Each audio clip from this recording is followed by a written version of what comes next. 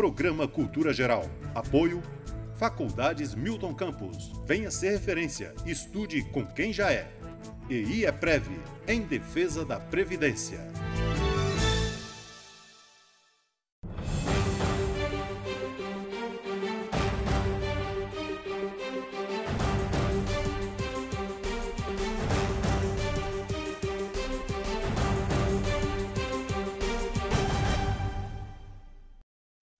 Muito boa tarde, começando agora mais um programa Cultura Geral. Hoje, como prometido, nós vamos falar de uma série de assuntos, né? Vamos falar de piscina, vamos falar de cuidados com a pele, né? Saúde da pele é muito importante. Vamos falar um pouquinho também dessa situação do Lula também, né? Que é se ele vai ser preso, se não é, quais são as condições, quais são as garantias constitucionais que ele tem e tal, por aí vai.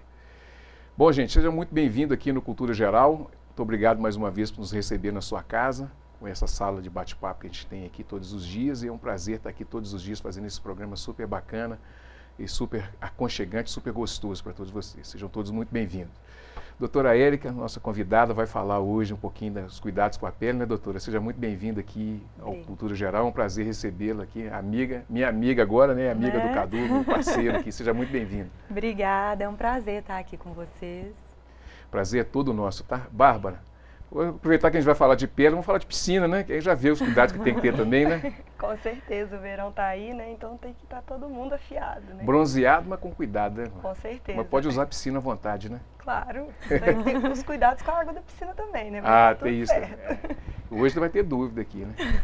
Felipe está aqui para poder conversar com a gente. Felipe falou que depois que passa protetor solar na hora de sair no bloco, aí a água cai, acabou, não precisa passar de novo, fica bêbado, esquece. Rola no barro que tá tudo certo. Carnaval complicado. Carnaval complicado. Tomar cuidado é difícil. Felipe, seja muito bem-vindo aí, a gente tratar desse assunto que permeou aí a mídia de umas 2 semanas atrás. Eu deixo baixar a poeira, assim, para a gente poder falar isso com um pouco mais de calma, um pouco mais de técnica também, né? Seja muito bem-vindo. Esclarecer um pouquinho a questão do Lula, né? Pois é, a situação tá preta, né? Tá. Doutora, quais os cuidados que a gente tem que ter com a pele agora nesse carnaval, hein? Então, o ideal, o colega já falou um pouquinho, que o pessoal bebe, vai para bloquinho, ou vai para clube, ou vai para praia. O principal, protetor solar, que é a tecla que eu sempre bato. E eu dando um bom exemplo aqui, né? Maravilha, né? A gente não sabe se vai ter um carnaval chuvoso, né? Esses dias está meio chuvoso, mas mesmo com chuva, protetor, o ideal é retocar, independente do grau alcoólico, tem que lembrar de retocar o protetor. Além disso, tentar evitar, sempre que possível, para quem for para bloquinho, tentar evitar os horários de sol, de mais pico de sol mesmo, porque a gente fica sob efeito de álcool, naquela farra, e acaba não percebendo. Vai perceber as queimaduras só depois que chega em casa mesmo. Aqui em Nova Lima tem um problema sério com o bloco do sujo. Como é que desce o bloco do sujo retocando, gente? Gente, dá um jeitinho. Nós vamos combinar aqui, cada um, a brincadeira esse ano, em vez de jogar talco, espuma e tal, o pessoal joga protetor. Aquele da valendo. Tá valendo.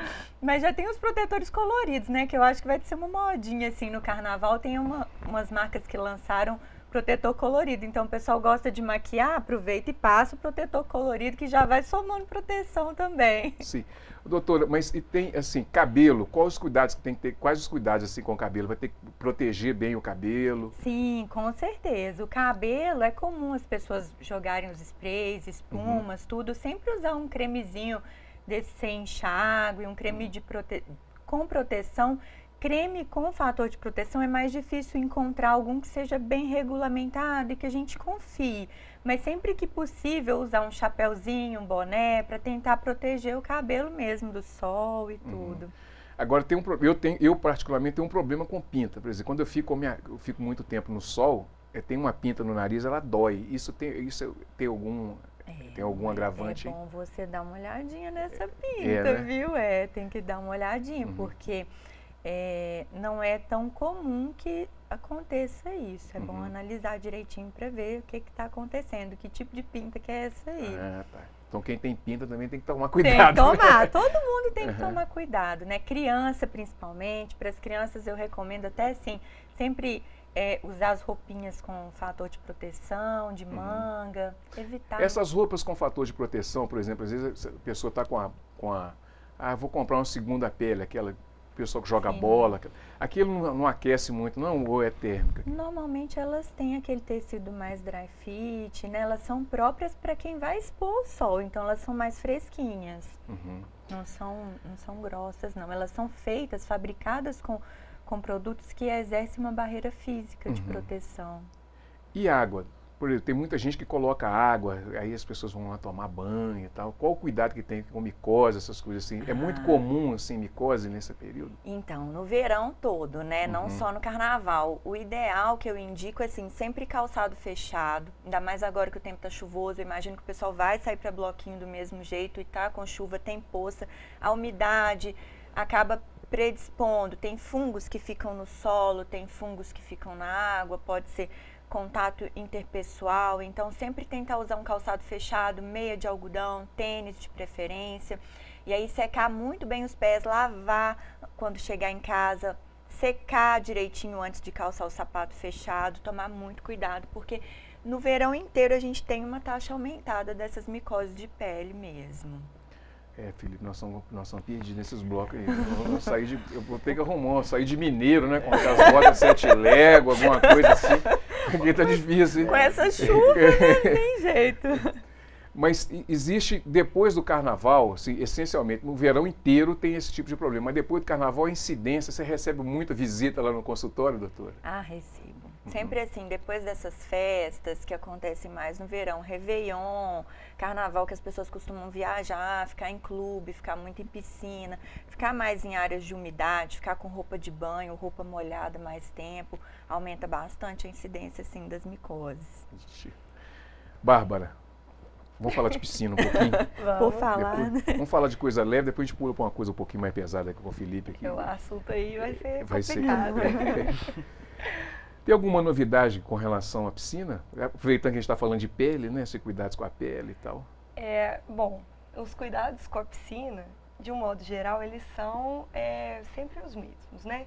Você tem que estar sempre acompanhando o pH da água, fazendo o balanço, né, com o cloro, com uma série de produtos químicos, que eu acho que isso, inclusive, prejudica a pele. Me corrija se eu estiver errada. Tá certo. Mas isso é essencial para a qualidade da água, para você não ter problema nenhum, que a água fique turva, que ela fique suja e até mesmo que ela fique disposta, né? Esqueci a palavra, mas apta para mosquitos, igual a Aedes aegypti. E agora com a febre amarela, hein? Pois é, então é importante que tenha esse cuidado com a água da piscina. Porque não pode simplesmente, tem a piscina, eu vou deixar lá. Não é assim. Você tem que ter um cuidado com uma certa frequência para que tanto você quanto todo o seu entorno fique muito bem de saúde. Doutora, emendando assim uma pergunta, por exemplo, piscina, né? E tem muita gente que pega micose na piscina, né? Em piscina de clube e tudo. Quais os cuidados que a pessoa tem que ter, assim? Então, na verdade, a maioria dessas micoses que as pessoas pegam em piscina, em clube, o fungo ele fica mais na beirada da piscina, ali onde a gente senta antes de entrar, ou a gente pisa, ali naquela região, porque a maioria desses fungos que a gente pega, eles podem ficar numa escamação de pele, uma escama de pele de alguém que esbarrou ali, sentou e ficou aquela escama. Esse fungo ele pode sobreviver um tempo, principalmente se a água não for bem tratada, aquela água que acaba escorrendo, quando ela tem cloro, tudo, ela acaba ajudando a diminuir essa incidência. Então, assim, o ideal evitar ficar tendo muito contato com a beirada da piscina, ficar dentro da piscina por si só não tem tanto risco. A maior chance é com os entornos mesmo, com cadeira, espreguiçadeira, tentar evitar esse contato. Assim que saiu da água, tomar um banho com água e sabão, secar, tirar a roupa de banho molhada. O principal é evitar ficar com a roupa de banho molhada. E na praia? Quem está indo para a praia? Então, na praia aí já entra... Na praia é um problema mais sério, né? Por causa da areia, aquela mais coisa. sério, aí já tem areia que pode ter contato com larvas migrans, que a gente acaba atendendo muito nessa época, que é um vermezinho que sai pelas fezes do cachorro. Então, hoje em dia está muito frequente as pessoas passearem com o cachorro na areia. O cachorro às vezes fica solto ali na areia da praia. Então, assim, vai deitar, tenta sempre forrar alguma coisa. E assim, é coisa de mineiro, mas chinelo na areia é o ideal. É o ideal, né? É feio, todo mundo vai ficar olhando, vai ficar espalhando areia para todo lado, mas seria o ideal para tentar evitar demais esse contato. Outro dia eu brinquei com o pessoal, uns parentes meus que foram para a praia, foram lá para a região dos lagos e tal. Aí tava aquele negócio, manda áudio, né? Porque parece que sai de férias, o grupo vira grupo de caras, né? Todo mundo de férias fica mandando foto, fazendo inveja dos outros, né? Aí tá aqui, eu tô perdido aqui em tal lugar, aí eu fiquei perdido em tal lugar. Eu falei assim, gente, do jeito que vocês estão aí, vocês não estão nadando de bota não, né? Então tá quase chegando nesse ponto. É quase isso. Agora, doutora, cachorro, a gente tem cachorro, por exemplo, em condomínio. Eu tenho, por exemplo, no meu apartamento, eu tenho um cachorrinho. E quais os cuidados que eu tenho que ter? Por exemplo, você estava falando aí de fezes do animal, aquela coisa toda. E às vezes sobe na cama, sobe no sofá e tal. Tem algum cuidado específico que tem que ter? Então, normalmente esses cachorrinhos de apartamento, eles não têm tanto risco de transmitir esse vermezinho que é a larva migrans, mas eles podem transmitir alguns fungos, causando micose. Tem alguns fungos que eles ficam no pelinho do cão, nem sempre vai causar uma lesão na pele deles. Quando causa o que as pessoas chamam de peladeira. Sei. Ah, aquele cãozinho, aquele gatinho tá com peladeira. E aí, quando tem a lesão, tem que correr para o veterinário mesmo, tratar, porque pode transmitir, principalmente para crianças. São fungos que as crianças são muito susceptíveis a ter essas micoses. Costuma dar uns buracos no cabelinho de criança. Não sei se vocês já viram alguma criança dar um buraco assim sem cabelo. É a tinea capitis, normalmente causada por esses fungos que ficam ali na pele do cão. Então é bom sempre fazer um acompanhamento com o veterinário, uma avaliação. É muito mais frequente em cãozinho de rua, cão de fazenda, de roça, que fica mais solto. É mais difícil nesses cãezinhos de apartamento. Mas como esses cães acabam saindo para passear e tudo na rua, então é bom sempre passar no veterinário para dar uma checada. Uma geral, né? É. Ô, Bárbara, piscina em todos os ambientes comporta? Como é que fica? Tem gente que tem uma casa já pequenininha, um quintal pequeno e quer colocar uma piscina. Pode? Claro. Hoje em dia a gente tem, assim, já faz muito tempo, na verdade. Então nós estamos fazendo igual aquela coluna que tinha no jornal hoje, pode ou não pode, né? Tipo isso. Então, nós temos vários acabamentos de piscina que nos permitem a fazer o formato que a gente quiser. Eu não sei se vocês já viram, mas tem muitas pessoas que fazem piscina de uma raia só, comprida, no canto, que é quando, às vezes, a casa tem pouco espaço, né? E, às vezes, tem alguém que tem o hábito de nadar. Então, é uma raia comprida. Tem também os spas. Uma raia, que não sei se você já viu, hoje eu tô danado, né? Tô Hoje interrompendo demais. Tá brincadeira. Aquelas raias pequenininhas, assim, só nada um. Entendeu? O cara tem que nadar de foquinha, né? Vai até do outro lado. Mas é uma opção, dependendo da situação. Tem os spas, ou furô, ou jacuzzi. Cada nome tem uma variável, mas em suma seria de fato uma pequena piscina que tem uma hidromassagem, que você consegue sentar. Você pode construir ela toda com acabamento de piscina, né? Seja vinílico, seja de pastilha, ou então comprar os spas de fibra, que são o mesmo acabamento de banheira, né? Só que com um pouco mais de proteção, porque fica na área externa, né? E aí você consegue o formato que você quiser. Mas se você optar por uma piscina de fibra, ela já tem os formatos padrões. Mas mesmo assim, nós temos uma variedade muito grande de diversos tamanhos também. Então, para todo jacuzzi, mundo, cuidado, gente. Na hora que você for jacuzzi, não é brincadeira não, né? É a melhor que tem, mas é meio salgado. Bastante. Tem várias opções, né? Inclusive tem as de madeira, tem aquelas ofurô de madeira, né? Japonesa, né? Exatamente. A jacuzzi é um nome, só que muitas pessoas chamam de jacuzzi, né? O ofurô... Aquela história de cerveja. Traz uma Brahma da Skol pra mim. Gilete, é a mesma coisa. Só que pegou muito, tanto que muita gente conhece como jacuzzi. Como jacuzzi. E o ofurô, ele tem, né, o acabamento de madeira, ele tem todo na verdade, vem do nome dele, que na verdade não é brasileiro, se eu não me engano. É japonês, chinês né? ou japonês, não sei. E aí era uma técnica, se eu não me engano, de massagem, e aí foi desenvolvendo esse spa diferenciado que tomou esse nome de ofurô. Então, ele tem uma série de características e uma delas é justamente a presença de madeira, né, no acabamento externo, que fica muito bonito, né? E é gostoso também, né? Com certeza. No próximo programa a gente vai falar de piscina, nós vamos mostrar um pouquinho aqui. Eu vou pedir o Eugênio para me mandar algumas coisas do ofurô para mostrar para essa turma aí. Ótimo. Né? Eu fui muito metido, eu trabalhei com esses negócios tudo aí. Não, você já teve em todas as áreas. Eu não sei, né? Você não podia estar em outro lugar, né? Ah, Cultura por geral. isso que chama cultura geral, né? Já teve em tudo. Ô Felipe, agora vamos pular assim para um papo mais chato, né? Como é que vai ficar a situação do Lula, filho? Ele vai ser preso, não vai, já vai poder ser, com aquela decisão do STF? Você acha que há a possibilidade do STF repensar isso? Se vai poder começar a cumprir já depois da condenação da segunda instância? Como é que fica tudo isso aí? Então, com o entendimento atual, ele ainda tem mais um recurso, né, que provavelmente já deve ter sido apresentado, que são os embargos de declaração.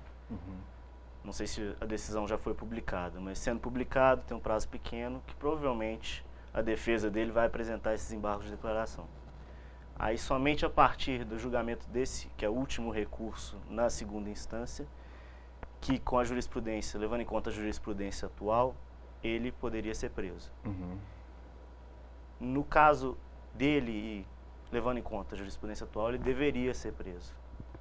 Porque julgamento em segunda instância, ele foi condenado, se usariam todos os recursos na segunda instância, ele enquadra tudo que foi decidido no STF em 2016 acerca da prisão de segunda instância. Só que, é o que você disse, existe a possibilidade de mudança de entendimento? Tem havido esse burburinho do STF colocar em pauta de novo a mesma questão da prisão em segunda instância. Já se sabe que o Gilmar Mendes, ele já se expôs publicamente acerca do assunto. No primeiro julgamento ele votou favorável à prisão em segunda instância, e nesse último ano que passou ele deu diversas entrevistas mostrando que ele mudou o entendimento. Essa mudança do entendimento dele pode ser decisiva. Teve a morte do Teori Zavascki, que foi o relator desse processo há 2 anos atrás, há 1 ano e meio atrás, e ele era a favor. Então ele saiu. É um voto a menos a favor da prisão em segunda instância. Entrou no lugar dele o Alexandre de Moraes. O Alexandre de Moraes ainda não se pronunciou sobre o assunto. Eu vi uma entrevista dele no ano passado em que ele deu a entender que ele seria favorável a manter a prisão em segunda instância.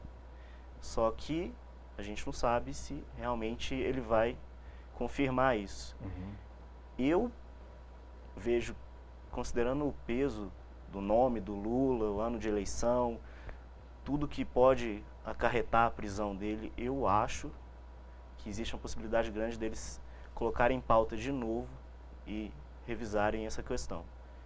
E já há uma corrente no meio termo ali, que ao invés de, antes era o trânsito em julgado e poderia se levar o caso até o STF para conseguir até transitar em julgado, agora é só a partir da segunda instância já consegue-se prender a pessoa. O Toffoli, ele levantou esse meio termo do STJ, seu marco. Então, a prisão somente a partir do julgamento no STJ. O Gilmar Mendes, ele já se posicionou publicamente se aliando a essa vertente do Toffoli, e por ser um meio termo, talvez essa vertente ela prevaleça caso eles coloquem em pauta novamente. Então tem que ver se o STF vai querer colocar em pauta novamente. Tem pressões de todos os lados, né? O público em geral, a reação foi muito positiva, né? A mudança do entendimento com a prisão em segunda instância. E diante de todas as repercussões da Lava Jato, eu vejo que se eles colocam isso em pauta e mudam o entendimento, o público, a população em geral não vai gostar. Vai pegar mal para o STF. Agora, considerando todas as questões legais, do garantismo, do direito que foi suprimido, eu sou a favor de botar isso em pauta novamente e voltar no entendimento anterior, que é o que resguardava o direito individual, né? Essa é uma pergunta que eu queria te fazer, você até deu uma antecipada e tal. Você acha que a gente está vivendo esse momento de insegurança jurídica, que tudo você coloca em pauta, volta de novo, vai, vem, não tem um entendimento assim linear, né? Essas coisas deixam inseguros. No caso do advogado, por exemplo, você não sabe como é que você vai... Você tem que fazer uma tese para você defender o seu cliente. Então, como é que isso vai ser interpretado? Você tem que ficar pensando, profetizando como é que isso vai ser entendido lá na frente. Isso causa uma insegurança jurídica, não só para a pessoa que está... para o réu, mas também para o advogado ali que precisa levantar essas teses e criar esses argumentos e tal. Causa porque é uma mudança muito abrupta, né? E rapidamente, não foi por meio de lei, não passou por uma votação no Congresso, não se discutiu a questão. Simplesmente o STF soltou uma decisão e de repente tudo muda. E muitas vezes você tem um cliente ali que está à beira de ser julgado em segunda instância e agora você tem que dar essa notícia. Provavelmente você vai ser preso. Tem o que fazer? A gente pode entrar com habeas corpus. Mas qual seria a argumentação desse habeas corpus? Algo novo. Então gera uma insegurança grande. E essas mudanças de entendimento abruptas, o que está acontecendo? Mudou lá no final de 2016, agora está ventilando poder voltar atrás. Isso não é interessante.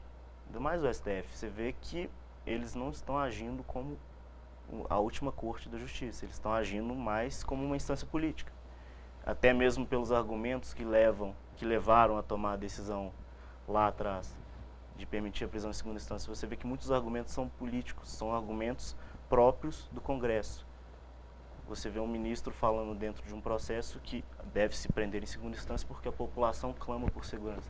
O papel do STF não é ouvir a população, o papel do STF é fazer valer a lei. Quem tem que ouvir a população é o Congresso. Aí a gente entra num problema grande, que é a falta de representatividade do Congresso, o STF tentando compensar, e tudo isso gera essa insegurança jurídica, essas mudanças abruptas de lei, porque um está tentando usurpar a competência do outro, o outro que não faz nada, que é o Congresso, o STF quer fazer tudo, e vira essa bagunça que está atualmente. Essa coisa do devido processo legislativo e também do devido processo legal se confunde no meio dessa confusão toda, assim, porque você tem um devido processo legal que você deveria ser respeitado lá até a última instância. E o devido processo legislativo que não toma as medidas que precisam. Você vai decidir que vai prender em segunda instância, deveria passar pelo Congresso. Então, assim, essa usurpação de um poder sobre o outro, cria-se além da insegurança jurídica, uma crise entre os poderes, você acredita? Cria. E essa crise a gente está vendo. A gente viu ao longo do ano passado inteiro os poderes ali se degladiando, os presidentes do Congresso, presidente do Senado, tanto da Câmara. Teve uma decisão em relação ao Renan Calheiros, se eu não me engano, em que uma decisão do STF em relação a ele, e ele se expôs publicamente dizendo que não iria obedecer a decisão.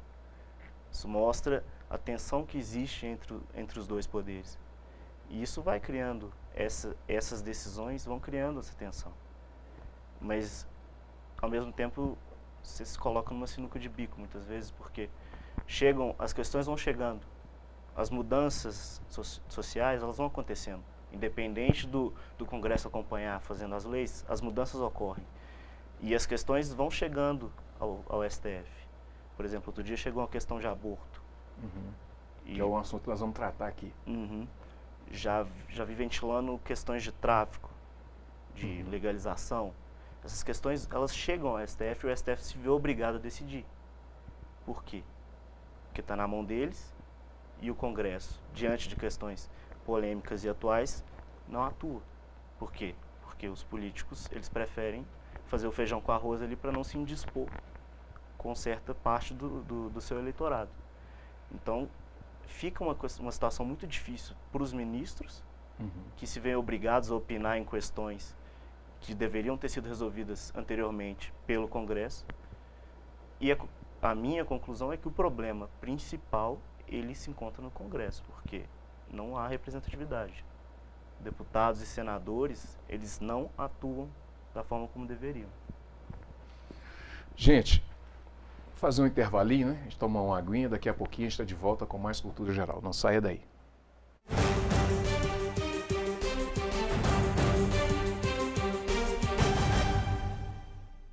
Apoio Faculdades Milton Campos. Venha ser referência. Estude com quem já é. EI é Prev, em defesa da Previdência.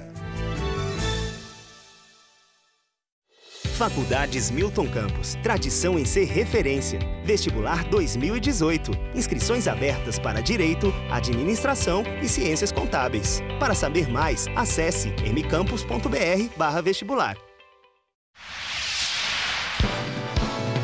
Canal Cidadão, Nova Lima e você. Campos de Congonhas, Congonhas das Minas de Ouro, Congonhas de Sabará, Vila Nova de Lima e hoje Nova Lima. A história de Nova Lima começa no século XVIII, com a chegada do bandeirante paulista Domingos Rodrigues da Fonseca Leme em busca de ouro nos ribeirões dos Cristais e do Cardoso. Com raízes cravadas nas montanhas de Minas e na extração mineral, Nova Lima foi uma cidade que durante muitos anos viveu da produção do ouro e depois da extração do minério de ferro. De lá para cá, a cidade se transformou, se tornando destaque no cenário mineiro e nacional. Com mais de 90 mil habitantes, Nova Lima é palco de roteiros turísticos, gastronômico, cervejeiro, esportivo e cultural. Além de abrigar construções de diversas épocas, herança dos povos que ajudaram a construí-la. No dia 5 de fevereiro, a cidade comemora seu aniversário de 127 anos de emancipação político-administrativa. São 317 anos contando a história das riquezas minerais do estado de Minas Gerais. Parabéns, Nova Lima! Saiba mais sobre as ações da Prefeitura em nosso site www.novalima.mg.gov.br, nas redes sociais Prefeitura de Nova Lima Oficial e no jornal A Cidade.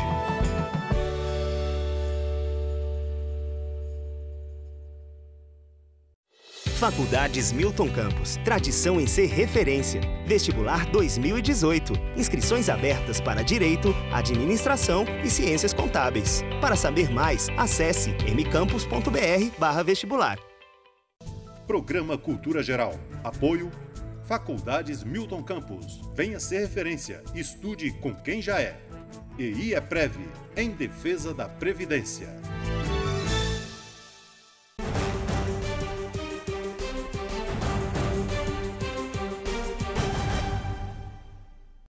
Voltando com o programa Cultura Geral, a gente recebendo que hoje o programa está super legal, super dinâmico e nós estamos recebendo a doutora Érica para falar aí da saúde da pele, né? Doutora, além da doutora Érica, a Bárbara e o doutor Felipe. Doutora, as pessoas que querem fazer, tem gente que quer fazer alguma cirurgia plástica ou então colocar um botox, alguma coisa assim, quais os cuidados que essas pessoas têm que ter? Você fala cuidados prévios. Então, na verdade, são procedimentos diferentes, mas toda vez que a pessoa vai fazer algum procedimento que seja cirúrgico, que seja estético, é bom passar por uma avaliação adequada, escolher um profissional que tenha confiança, de preferência que já seja um profissional que ele acompanhe, ou que ele conhece alguém que acompanhe, ou que passe confiança mesmo, porque assim, desde um simples botox até um procedimento mais, que seria uma cirurgia plástica, tem seus riscos, então a pessoa tem que estar se sentindo pelo menos segura com aquele profissional que ele procurou. Cuidados gerais seria assim, botox, se ficar algum roxinho que pode ficar, evitar sol ou proteger bastante aquela região. Cuidado para a cirurgia plástica, aí tem vários, o cirurgião vai estipular dependendo do procedimento realizado, mas assim, basicamente o sol ele entra aí como um cuidado a mais que a gente sempre tem que ter para todos os procedimentos. Betão, posso fazer uma pergunta? Fica à vontade, Bárbara. Lá vamos nós, né? Eu tô até assustado. A Bárbara está aqui até agora, não fez nenhuma pergunta. Aí eu começo a ficar tímida, Betão. Vou parar de perguntar. Eu queria perguntar sobre a vitamina D, né?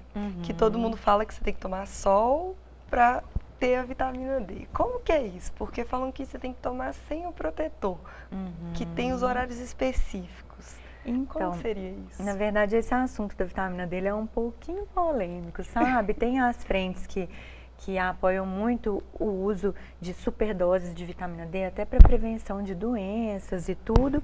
E tem as frentes um pouco mais conservadoras, que preferem manter ali dentro dos valores de referência, mas não vamos entrar no mérito disso. A questão que você falou de vitamina D, na verdade, não necessariamente a gente precisa expor ao sol para aumentar os níveis de vitamina D. A gente consegue também fazer uma suplementação oral e aumentar esses níveis. No caso de se fazer exposição ao sol, a ASBD, que é a Sociedade Brasileira de Dermatologia, fez um estudo lá em São Paulo. Eu não vou saber valores exatos, mas assim, eles avaliaram, salvo engano, que você expor um antebraço durante 10 minutos no sol de São Paulo, que não tem tanto sol, por dia, 10 minutos por dia, você já consegue, aí por volta de 10 horas da manhã, se eu não estou errada, você já consegue aumentar seus níveis de vitamina D. Então, assim, muitas vezes o profissional que não é dermatologista, o médico que tem outras especialidades, ele está mais focado ali no aumento da vitamina D. Então, ele vira às vezes para o meu paciente, eu quase morro, e fala assim, pode parar de usar o protetor, você vai ficar no sol, você vai tomar sol porque sua vitamina D está baixa. Mas não é bem isso. A gente sabe que exageros sempre são maléficos de todas as formas. Então, assim, se a pessoa está com níveis baixos de vitamina D, ela pode, uma canela que seja, botar uma bermuda, uns 10 minutinhos andando. E, na verdade, a gente observa que esse trajeto que a gente faz, às vezes, para pegar um carro, mesmo nesse tempo de hoje que a gente não anda muito a pé, mas um trajeto ali para pegar um carro, você já está expondo e já está sendo suficiente para ajudar na produção da vitamina D.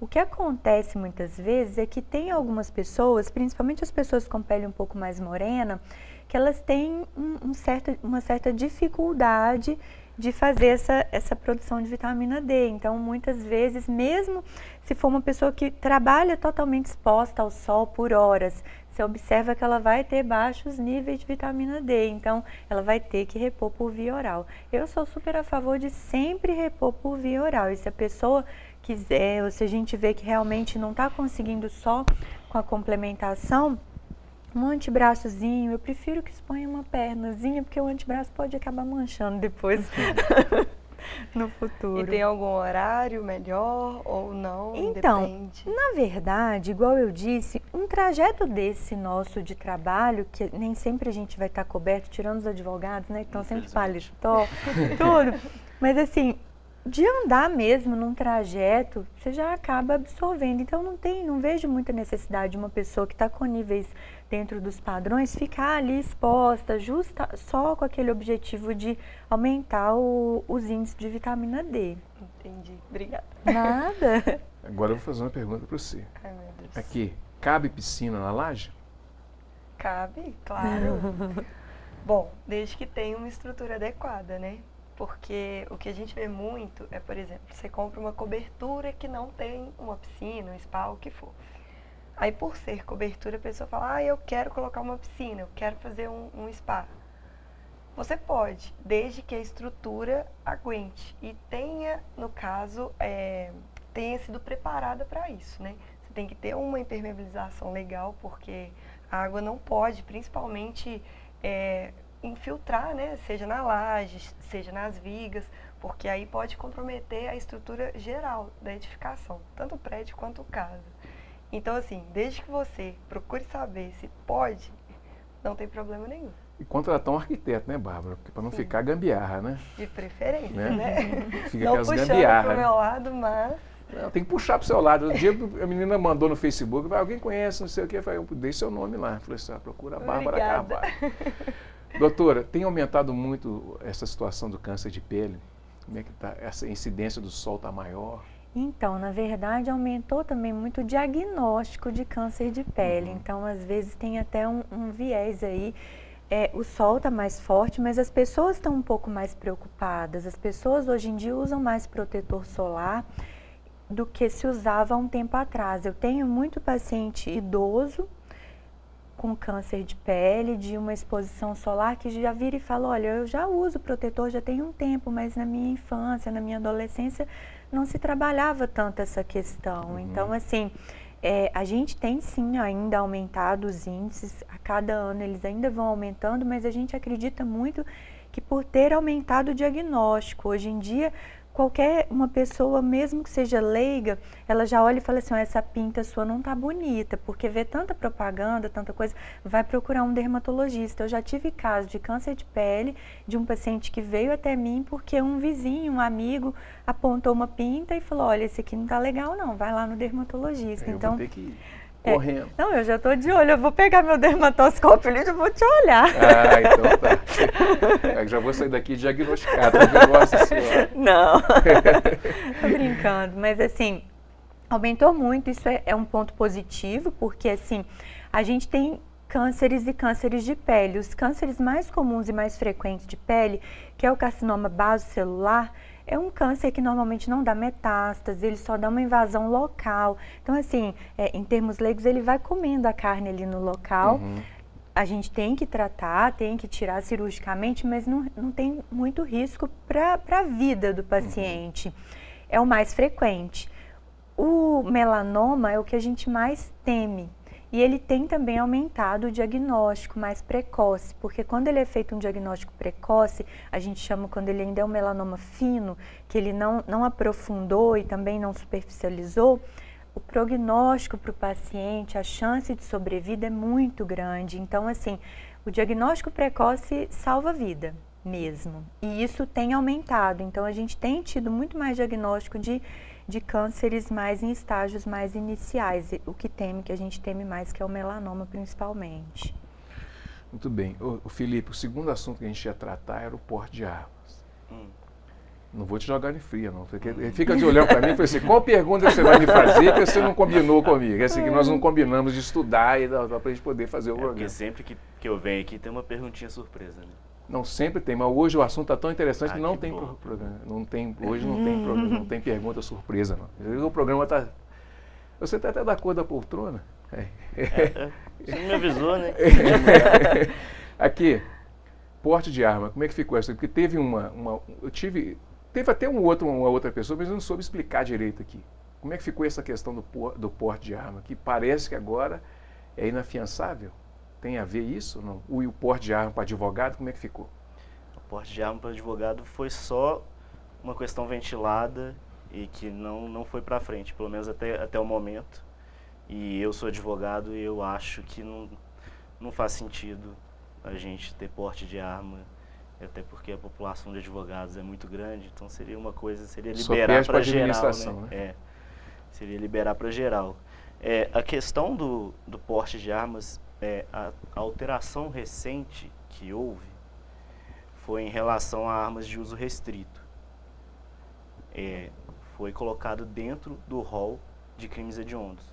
Porte de arma de uso restrito. Crimes hediondos são inafiançáveis.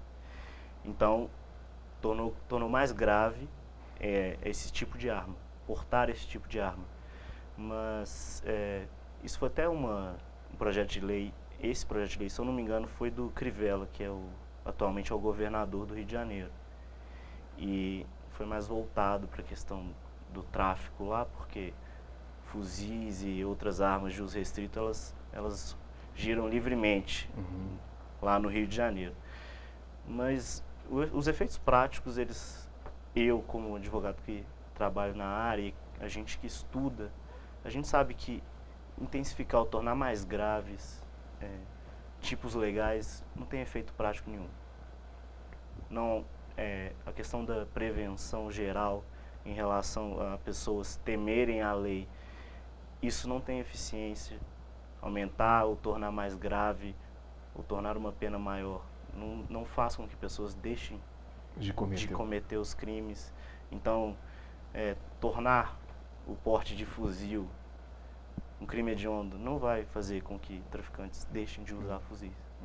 Então, é só mais uma lei, mais uma alteração que os políticos jogam para a galera, literalmente, para fazer política, para ficar com a imagem boa.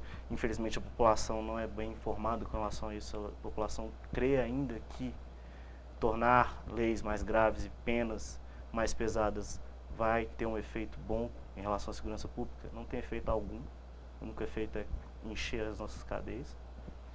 E os políticos, eles têm essa prática. Infelizmente, não há uma discussão mais séria e profunda acerca de segurança pública no Brasil.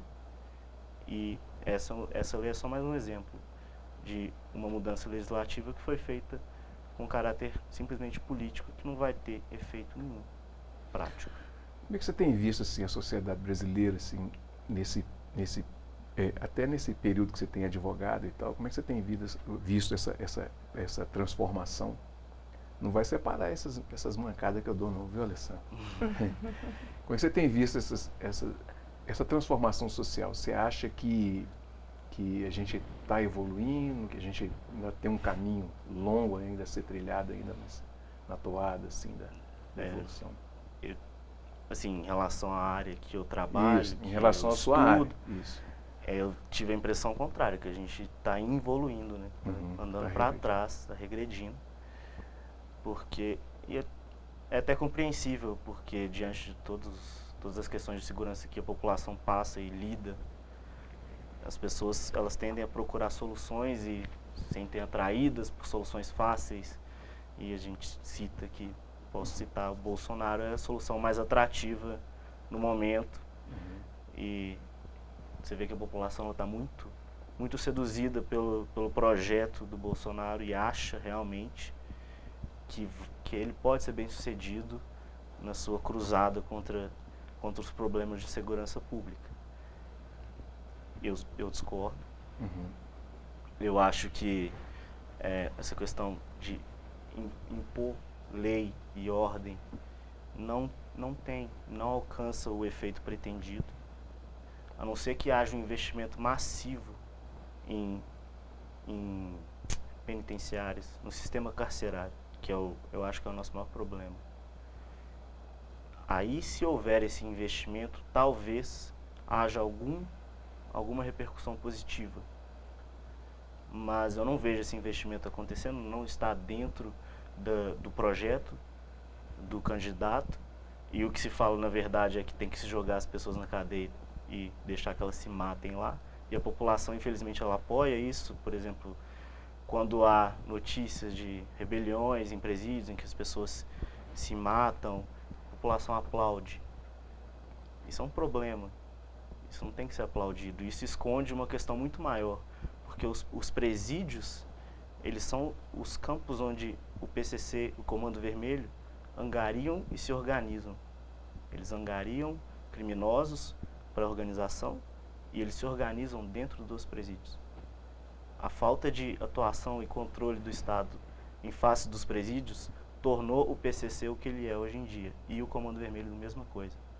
E várias outras organizações menores de alguns estados também nasceram dentro de presídios. Então, não há que se comemorar a falta de controle dentro dos presídios. E também não há que se comemorar quando as pessoas elas se matam dentro dos presídios, porque é só mais um sinal do que o Estado não está atuando. E toda essa mentalidade que a população tem mostrado nos últimos anos, ela aponta para esse sentido, de achar bom esse tipo de coisa, de achar que a segurança pública vai ser resolvida por leis mais severas, de achar que não precisa se organizar e ter um controle maior sobre os presídios, de achar que não há necessidade de programas sociais e de outras coisas. Eu vejo nessa questão da segurança pública que todo o problema que nós enfrentamos no dia a dia, as pessoas estão muito cansadas, as pessoas estão chegando ao ponto de querer soluções radicais, e isso, infelizmente, leva a soluções erradas. Tem uma passagem nossa juntos lá na faculdade que uma coisa que te tocou muito e você comentou comigo numa oportunidade, que foi uma visita que você fez a uma casa lá, me parece, ou num lugar que você fez e tal, e você conversando com as pessoas que ali estavam, você perguntou qual seria o sonho dessa menina, dessa criança, ou de uma adolescente, não sei. Ela falou, não, eu quero ser advogada. Você lembra disso? Além de ser frustrante, você vê que não tem muita saída, você acha ou tem certeza que a saída do Brasil e do mundo seria a educação? Com certeza. Isso aí não tem dúvida, né? O investimento em educação é a única saída. Só que, infelizmente, é um investimento a muito longo prazo, né? E o político que fizer o investimento em educação hoje, ele não vai colher os frutos dentro da sua administração, ele vai deixar para o próximo. E a gente já viu que no Brasil, os políticos, eles somente se interessam por si mesmos e pela própria administração, e pela imagem que eles vão construir dentro dos 4 anos de mandato deles. Então, educação não é um projeto que a gente vê dos políticos no Brasil, mas é a solução. Definitivamente é a solução, principalmente para a questão de segurança pública. É a solução principal. E eu acho que todas as outras soluções que são ventiladas aí, que a gente vê sendo ventiladas, são simplesmente meios de enxugar o gelo. E a gente está enxugando gelo. A gente viu o Rio de Janeiro enxugando gelo e, por um tempo, os projetos das UPPs lá, por um tempo, pareceu que ia dar certo. E deu certo por um tempo porque o Brasil estava economicamente bem, então as pessoas tinham emprego, mas na primeira crise tudo desmoronou, porque não tinha uma sustentação. Castelo de areia. Um castelo de areia. Doutora, não fica assustada não, viu, doutora? Aqui o programa tem essa diversidade mesmo, a gente discutir todos esses assuntos. Eu estou adorando. É bom, né? Temos solução. O Brasil, eu acho que ainda tem solução ainda, né, doutora? Não podemos perder a esperança, né? Com certeza. Qual que é o conselho que a senhora deixaria aí para a turma que vai curtir o carnaval, quem está curtindo o verão ainda? Qual a dica que a senhora deixa para as pessoas, assim? Além do protetor solar. Além do protetor, lambuza, né? Além do protetor, além de evitar os horários de pico do sol aí, a gente coloca aí como horário de pico entre 10 e 4 horas da tarde, mas eu sei que aí fica um pouco restrito, então tentar pelo menos evitar aqueles bloquinhos ou exposição que seja entre 11, 14h30, 15 horas, se for possível. Se não for possível, tentar sempre catar uma sombra aqui e ali. Hidratar bem a pele, tirar a maquiagem, tirar a pintura, tirar tudo que usar para fazer os adereços, que tá cada vez você vê mais elaborado, né? As pessoas têm feito as produções aí para o carnaval, então assim, chegou em casa, tirar tudo, usar um demaquilante, tentar evitar o uso de tinta, sempre que puder, tentar fazer a produção mais com maquiagem mesmo, que é mais apropriado para a pele. Se não tiver jeito, usar a maquiagem, a tinta própria para pintura de rosto, né?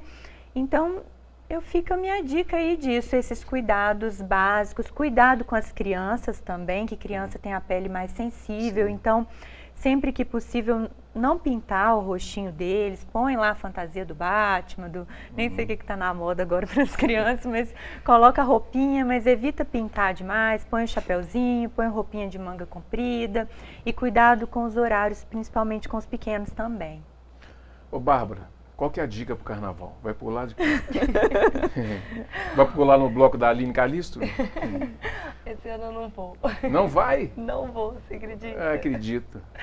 Eu não ia acreditar não, mas você tá falando com a cara tão triste, assim, tá rindo, mas eu sei que tá triste. Assim. Ano passado eu fui, gostei bastante, né? Bom, eu acho que todo mundo tem que ter responsabilidade, né? Cuidar da pele, quem for aproveitar a piscina. Vamos cuidar da piscina bem, para não ter problema nenhum de pele depois, não ter nenhum problema de saúde também, porque dependendo da situação pode complicar, né? Sem sombra. E ser feliz, né? Carnaval tá aí para isso. Felipe, beijo só com autorização? Beijo só na namorada. Não, eu tô falando no geral, não é você não. Você só na namorada. Acabou de ganhar todos os pontos, né? Ela tá nos assistindo ao carnavais. Os outros. Os outros. As outras pessoas. Beijo autorização. Então tá certo. Gente, um grande abraço, até amanhã, se Deus quiser, com mais um programa Cultura Geral.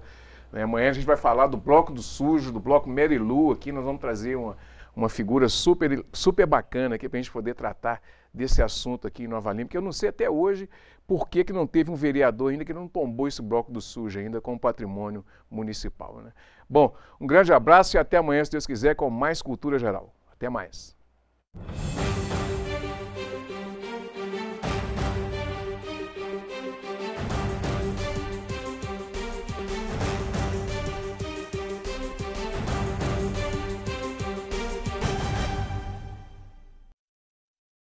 Programa Cultura Geral. Apoio Faculdades Milton Campos. Venha ser referência. Estude com quem já é. E EIEPREV, em defesa da Previdência.